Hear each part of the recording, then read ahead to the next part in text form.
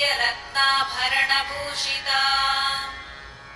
वरदाभयहस्ताढ्यां ध्यायच्चन्द्रसहोदरीम् इच्छारूपां भगवतः सच्चिदानन्दरूपिणीम् सर्वज्ञां सर्वजननीं विष्णुवक्षस्थलालयाम् दयालुमनिशं ध्यायेत् सुखसिद्धिस्वरूपिणी हरिः ओम्।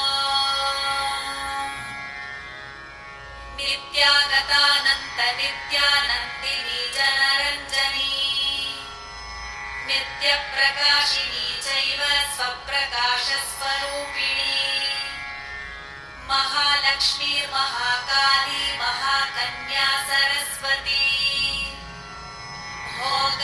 भोगवैभवसन्धात्री भक्तानुग्रहकारिणी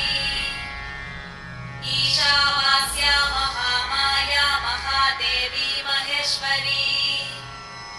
हृल्लेखा परमाशक्तिर्मातृका बीजरूपिणी नित्यानन्दा नित्यबोधा नादिनी जनमोदिनी सत्यप्रत्ययनी चैव स्वप्रकाशात्मरूपिणी त्रिपुरा भैरवी विद्या हंसा वागीश्वरी शिवा वाग्देवी च महारात्रिः कालरात्रिस्त्रिलोचना भद्रकाली कराली च महाकाली तिलोत्तमा काली करा